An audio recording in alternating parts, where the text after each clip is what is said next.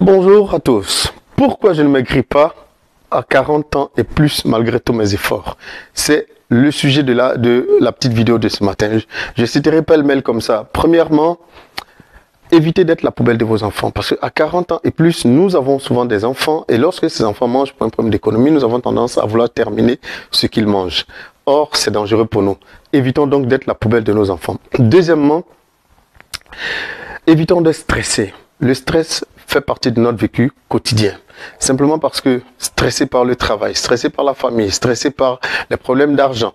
Donc, disons, battus par tous les problèmes de la vie, nous sommes hyper stressés et nous n'arrivons pas fondamentalement à pouvoir nous tranquilliser. Or, qui dit stress dit manque de sommeil.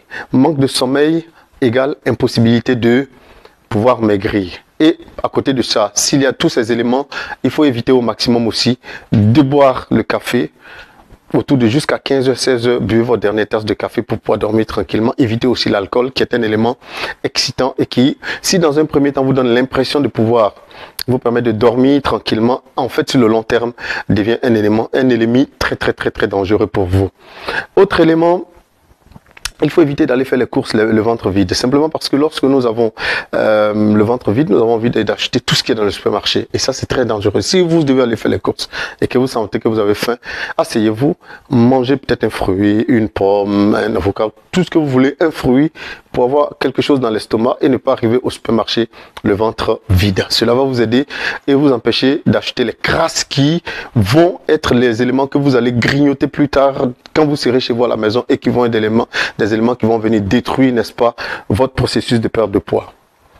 Autre élément, on va éviter au maximum de se lancer dans des régimes trop drastiques, simplement parce que plus un régime est drastique, plus vous allez perdre rapidement du poids, mais très rapidement, votre corps, ne sachant pas que vous êtes en train de le faire volontairement, va se mettre en mode pause afin de protéger votre corps.